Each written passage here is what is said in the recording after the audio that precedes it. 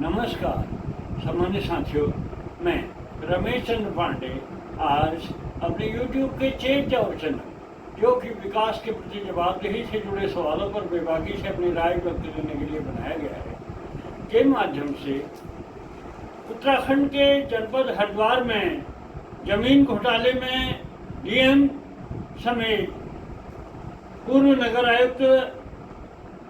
और 7 अफसरों को निलंबित किए जाने के मामला जो उजागर हुआ है उसके संदर्भ में आज अपनी बात आप सबके साथ साझा करना चाहता हूँ। उत्तराखंड में इस जमीन घोटाले के मामला जो उजागर हुआ है इसमें सोशल मीडिया, प्रिंट मीडिया और इलेक्ट्रॉनिक मीडिया में पूरी गूंज है उत्तराखंड सरकार के जीरो टॉलरेंस की नीति पर दृढ़ता से काम कर रही है और कोई भी अधिकारी को भ्रष्टाचार को बर्दाश्त नहीं किया जाएगा और धामी सरकार की चौतरफा वाहवाही हो रही है कि भ्रष्टाचार के में पर जो धामी सरकार द्वारा जो प्रहार किया है ऐसा प्रहार को लेकर चौतरफा सराहना हो रही। निश्चित रूप से यह सराहना का विषय है और इस घोटाले में मैं बाकी बातों नहीं करता हूँ कि क्या मामला है, क्या जो भी मामला है मीडिया के थ्रू ही जानकारी में आया है कि 1.5 करोड़ की जमीन को 54 करोड़ में खरीद कर क्या मामला है, मीडिया के थ्रू ही जो कुछ जानकारी मिले वही है। लेकिन मीडिया के थ्रू इस पूरे मामले में जो एक जानकारी आई उससे मैं क्लिक कर हुआ हूँ उस पर। इसमें कहा गया है कि जो डीएम के बाद जो तत्कालीन नगर आयुक्त वरुण चौधरी भी इस पूरे मामले में सस्पेंड हुए हैं और मीडिया में जो बातें आई हैं कि सीएम पुष्कर सिंह धामी द्वारा तत्कालीन नगर आयुक्त वरुण चौधरी के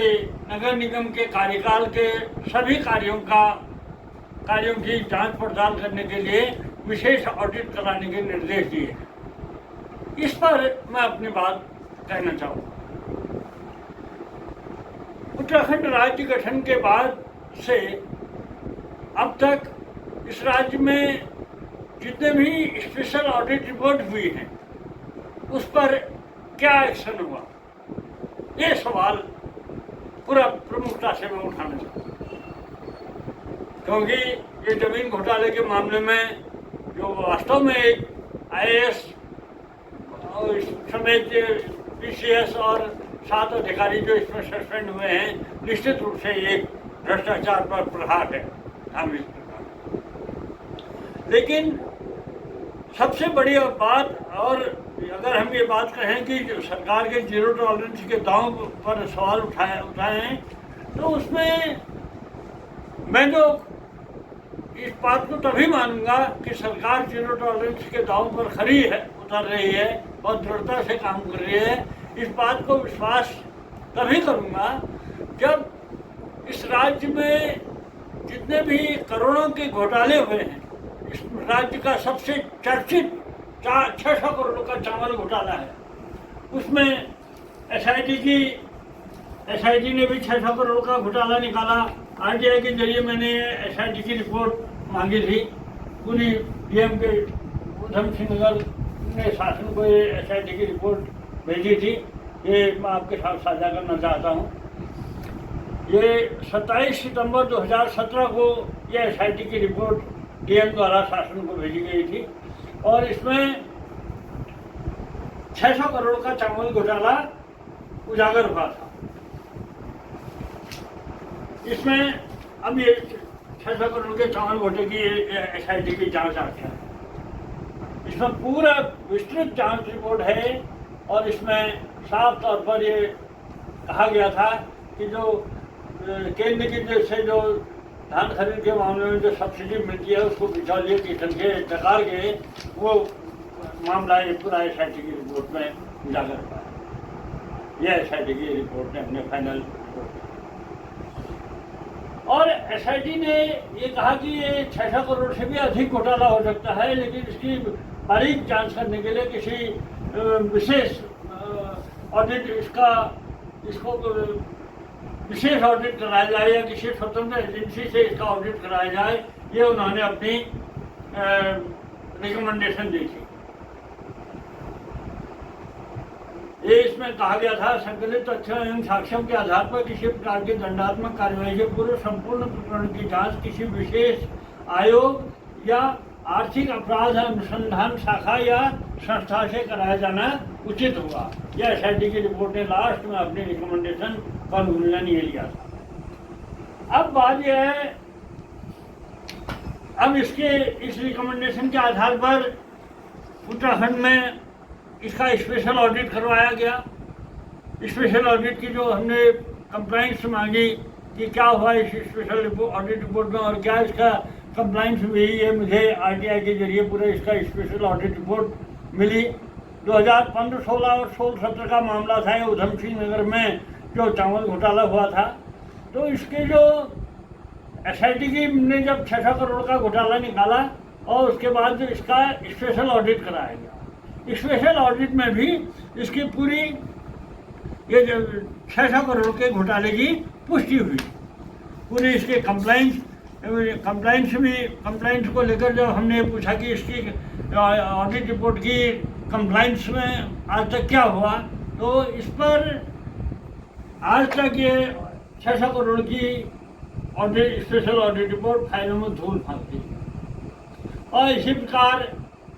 विद्युत विभाग में भी, विद्युत विभाग हो या सिडकुल का उत्तर प्रदेश निर्माण निगम हो, रोडवेज हो, ये तमाम राज्य में तमाम जो 600 जो स्पेशल ऑडिट हुई तमाम विभागों में, उन घोटालों में उन विभागों की स्पेशल ऑडिट रिपोर्ट में करोड़ों के घोटाले उजागर हुए,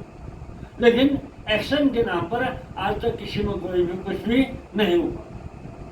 और ये जो ऑडिट रिपोर्ट की कंप्लेंट्स और को लेकर जो कमेटियां गठित हुई हैं, उसमें चीफ सेक्रेटरी जो होते हैं वो उस कमेटी के अध्यक्ष होते हैं। अध्यक्षता में राज्य स्तरीय संपरीक्षा समिति का गठन है नियमानुसार, लेकिन उसकी भी कोई अभी तक कोई बैठकें नहीं हुई हैं, न कोई कंप्लाइंस को कोई देखने वाला है न सुनने वाला है। तो ये जमीन घोटाला निकला है हरिद्वार जनपद में, ये चौतरफा इसको लेकर चर्चाओं में है, घर घर चूल्हे चूल्हे में इसकी चर्चा हो रही है। और इसमें CM पुष्कर सिंह धामी जी द्वारा जो कहा गया है कि जो तत्काल नगर निगम हरिद्वार के तत्कालीन नगर आयुक्त के जो कार्यकाल के पूरी जांच पड़ताल करने के लिए जो उन्होंने विशेष ऑडिट कराने के निर्देश दिए हैं, तो उसको लेकर मैं सीधे मेरा फोकस उसी में है और उसी पर मैं अपनी बात आप सबके साथ साझा करना चाहता हूं कि अगर माना विशेष ऑडिट में अगर कुछ निकल जाता है करोड़ों का रुपए, जैसे ऑलरेडी जो विशेष ऑडिट में जो करोड़ों के घोटाले उजागर हुए हैं, उनमें सरकार द्वारा क्या एक्शन लिया गया है, ये सवाल को मैं प्रमुखता से आप सबके साथ साझा करता हूँ। तो और अदरवाइज ऐसे विशेष ऑडिट का कोई औचित्य नहीं, जब उसमें एक्शन ही नहीं लेना है तो ऐसे ऑडिट से क्या फायदा। तो इन्हीं बातों के साथ मैं अगर हमें मुख्यमंत्री उत्तराखंड सरकार वास्तव में अगर जीरो टॉलरेंस की नीति पर दृढ़ता से काम कर रहे हैं और ये उन्होंने उनका बयान आया है कि किसी भी लोक सेवक को भ्रष्टाचार की मामले में बर्दाश्त नहीं किया जाएगा, तो मैं सरकार का ध्यान आकर्षित करना चाहता हूं कि राज्य में उत्तराखंड राज्य गठन के बाद से आज तक जितने भी स्पेशल ऑडिट हुए हैं उनमें करोड़ों के घोटाले में के जो स्पेशल ऑडिट हुए हैं उनको खंगाला जाए और उनकी जो विधिक रूप से जो ऑडिट एक्ट 2012 के अनुसार उसमें कार्यवाही सुनिश्चित की जाए। कार्यवाही के नाम पर उसमें यह है कि ऑडिट रिपोर्ट अगर आती है तो उसके दंडात्मक कार्यवाही क्या होगी, उसके लिए कमेटियों का गठन है विभागीय स्तर पर और शासन स्तर पर कमेटियों का गठन है। तो उन कमेटियों की जब बैठकें ही नहीं हो रही हैं, उनमें कोई एक्शन ही नहीं हो रहा है, तो क्या उसमें क्या किया जाए। 600 करोड़ के चावल घोटाले के मामले में मेरी जानकारी में जहाँ तक है, ये तो आपने इतने IAS और PCS अधिकारियों को 7 अधिकारियों को सस्पेंड किया। निश्चित रूप से एक सबको अच्छा लग रहा है कि हाँ जो भ्रष्टाचार को बर्दाश्त नहीं कर रही है सरकार, इतने बड़े अधिकारियों पर हाथ डाला है, तो ये तो निश्चित रूप से अच्छी बात है। लेकिन दूसरे पहलू को देखें, 600 करोड़ का जो चावल घोटाला है उसमें आज तक किसी के विरुद्ध कोई अनुशासनात्मक कार्यवाही तक नहीं हुई है पनिशमेंट के नाम पर। ये बहुत बड़ी चौंकाने वाली बात है। आखिर किसके प्रशय से उन ये करोड़ों के घोटाले फायदों में धूल फांक गए हैं, इसको भी सरकार को संज्ञान लेना चाहिए और इन सभी मामलों पर तत्काल एक्शन लेना चाहिए। आगे इस पूरे मामले में जो भी डेवलपमेंट होगा या जो भी अपडेट संज्ञान में आएगा उसे आप सबके साथ साझा किया जाएगा। फिलहाल आपसे गुजारिश है कि मेरे चेंज चावल चैनल को लाइक, सब्सक्राइब और शेयर करते रहें। धन्यवाद।